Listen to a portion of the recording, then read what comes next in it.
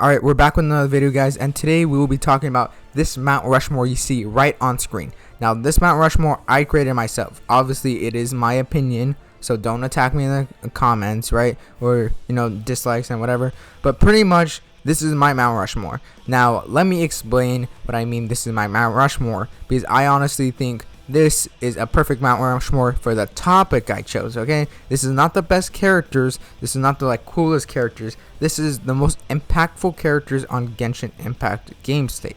Alright, so number 1, Venti, right? This is not in order, but pretty much I always think Venti will always be kind of like George Washington, because, he's an icon, the first president, the first Archon, or whatever you want to call it, the first event banner, right? So, Venti, number 1, obviously, representation of Mondstadt, an icon in his own right in Mondstadt, a waifu, some people might say.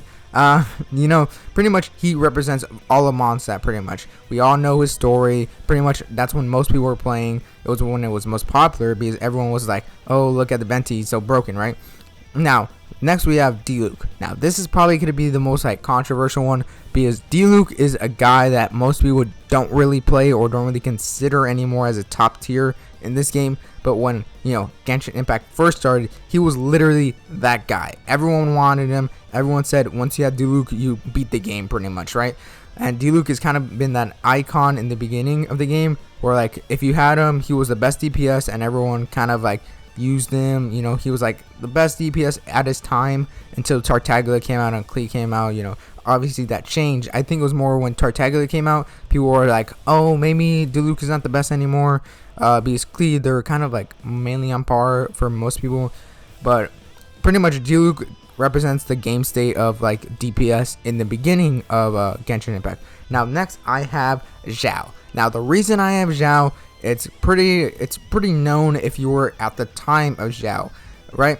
So if you're a new player, you really won't understand why Xiao was here. Now, when Xiao was first introduced in the story, and when you got to the story, he was the most hyped up character. Everyone wanted him, right? Everyone was hyping him up. Everyone was putting him S+ tier when he hadn't even come out yet, right? Everyone was already hyping him up, saying he was going to be the best DPS in the game. Everyone had videos on him. I had a couple of videos on him, right? Everyone had videos on him. He was literally the clickbait of all of Genshin Impact state on YouTube, right? So pretty much Xiao just was an icon in his own right without even being released, right? And he had the biggest banner in my opinion. It was probably the most hyped up banner. It wasn't the most spent on banner, but it was probably the most hyped up banner in my opinion. And I don't think anything will be more hyped up than that banner, except for maybe Ayaka and maybe Bao's banner. And you could even say Zhongli or was a bigger banner or more hyped up. But pretty much that's why I have Xiao. I think he's the most hyped up banner. He was legacy without even coming out. He was impactful without even being in the game, which is crazy, right? So next we have the fourth and final character, Zhongli.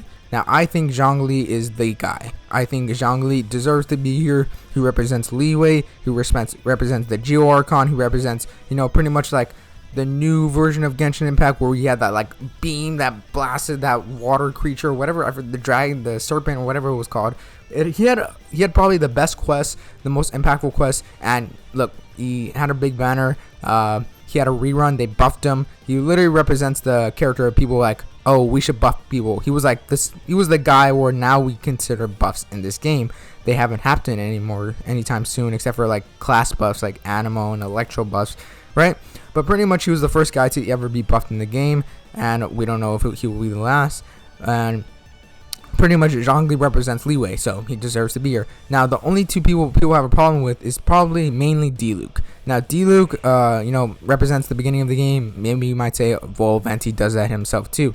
Well, I just think Diluc was just such a figurehead in the beginning of the game. Everyone wanted him.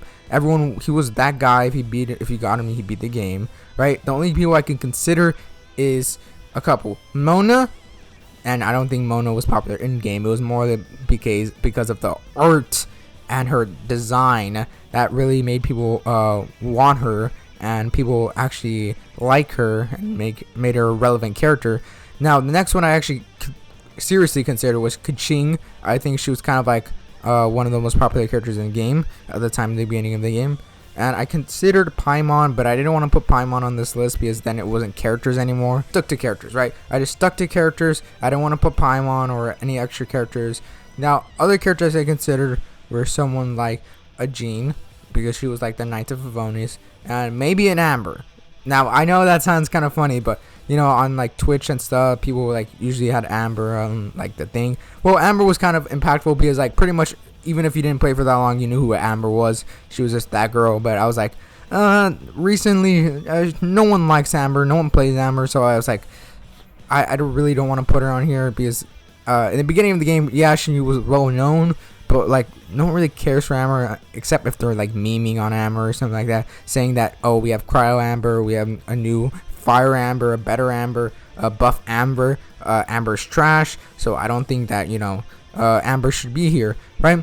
Other characters, I was like maybe Ganyu because she was a waifu and she was pretty hyped up, but I didn't think she kind of represented what Genshin was, because Xiao just came right after Ganyu, and obviously some people considered, oh, Ganyu was the better character, but Xiao was obviously the most hyped up character, and it kind of represents that time of Ganyu and Xiao and where all of that stuff was happening. And so I think Xiao represents the time period of Ganyu, so I really don't want to put Ganyu on this tier list. Obviously she's a waifu. She obviously I don't have a waifu, which is part of like biggest Genshin Impact stuff. But obviously, I don't think I need a waifu right here. We got Venti, so he's a good enough waifu for anyone. So I'm pretty sure I did a good job on this Mount Rushmore. I actually created it myself, in case you didn't know. But pretty much, this is mine. This is my opinion. In case people don't know, it's my opinion on Mount Rushmore. Now, if you have any other, like, if you think certain characters missing, leave it down in the comments below. Make sure to like the video, and that'll be all for the video for today.